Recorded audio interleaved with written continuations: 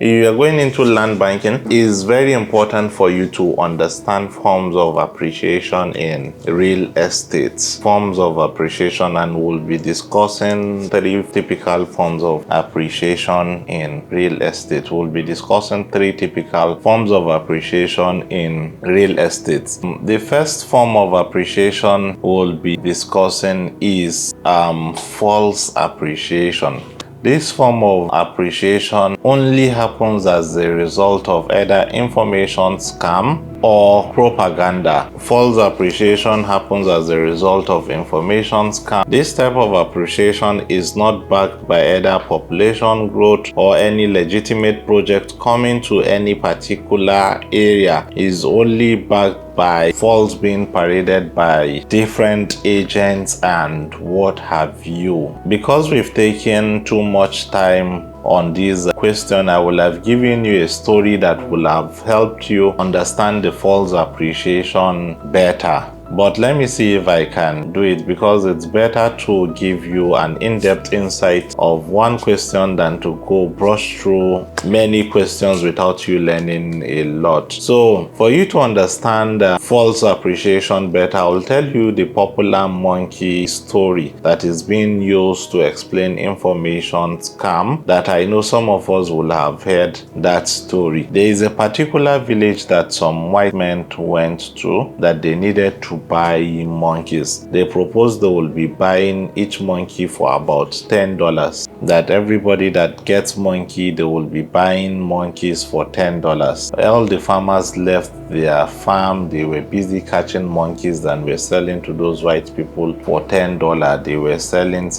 So after some days, when the white people were sure that there are no more monkeys, that only a few monkeys were remaining, they doubled the price of the monkey to $20. That okay, for every monkey you get now, we are willing to buy these monkeys for $20. So people started looking for monkeys up and down, running helter-skelter, catching monkeys, and they were able to sell a few monkeys for $20. Guys, are we together? Very good. So these guys started catching all those monkeys. They were able to cut a few and sold for $20.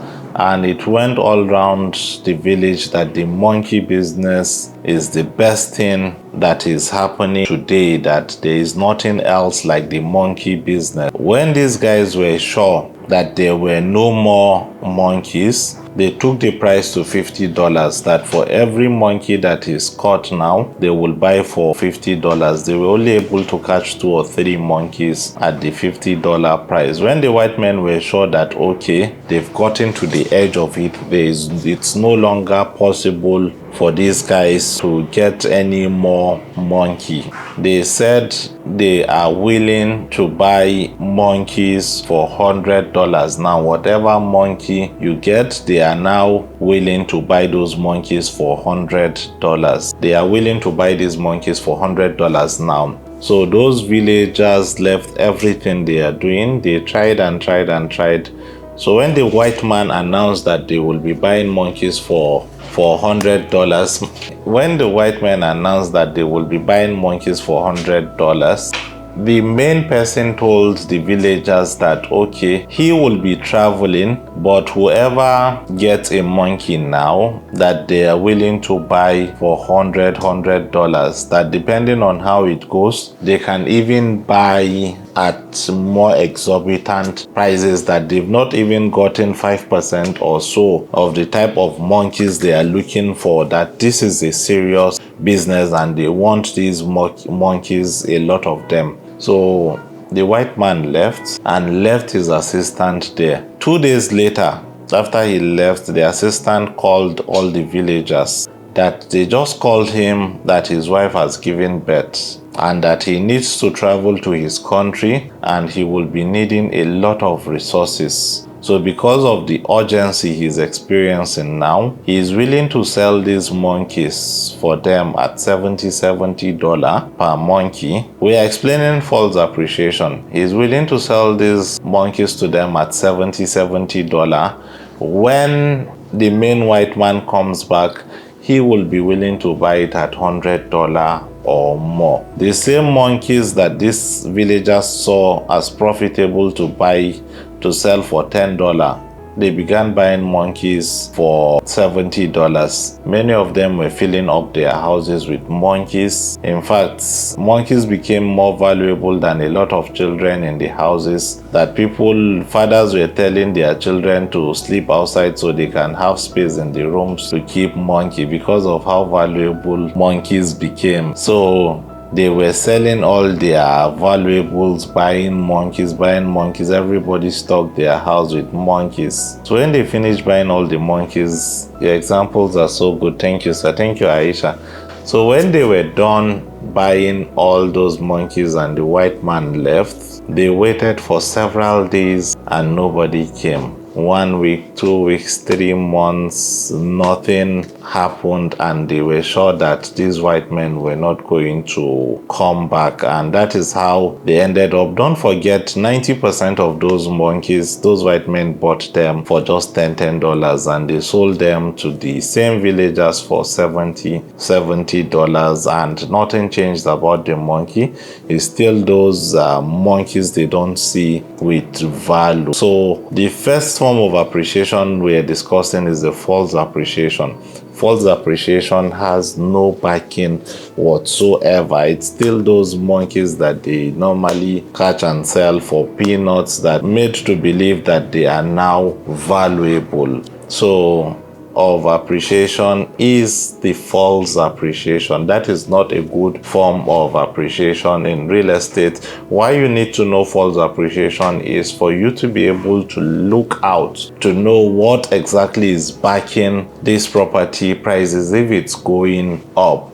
The second type of appreciation is natural appreciation. So as I said earlier, whenever you have vast land at the edge of a population, or preferably at the edge of a bulging population, or more preferably at the edge of a bulging urban or organized population, real estate prices will definitely go up. So as a result of population increase, as a result of growth of the human race population, real estate prices will go up. So this is a natural phenomenon that as population is increasing, prices of properties are going to be increasing. Generally, the square meter per person globally is reducing as human population is increasing. Natural laws of demand and supply, the demand is increasing but the supply is reducing. So the second form is natural appreciation. Why the last form of appreciation? You need to bear in mind, if you're going into land banking, is the forced appreciation. Can somebody comment forced appreciation? To compel something to happen, to compel the prices to go up. The last form of appreciation, which is the best form of appreciation investors and land bankers should be looking out for, is the forced appreciation.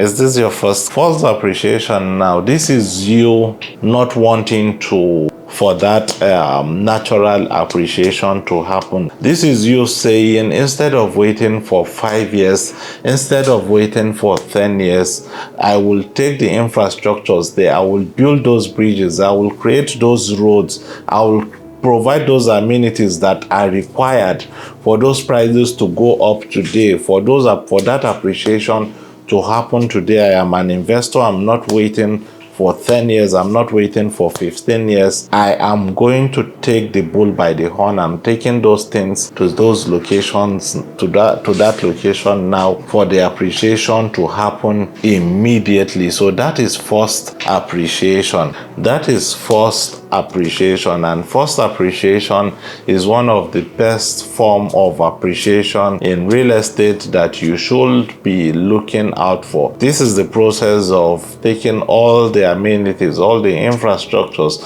that are required in a particular real estate location so that it will appreciate faster than it would ordinarily. Instead of waiting for a population to naturally get to a particular place, make it appealing that it will attract the population. Instead of waiting for the population to naturally get to that place where you are land banking, make it appealing so that the population can go to that area. Thank you. So guys, that is the last form of appreciation. And Aisha, I think with this should be the last part of your question, which I believe we have done enough justice to. So it was the strategies for land banking that Aisha asked, which we discussed about who should land bank. We discussed about how to structure your account for land banking. We discussed about the strategies for land banking and the forms of appreciation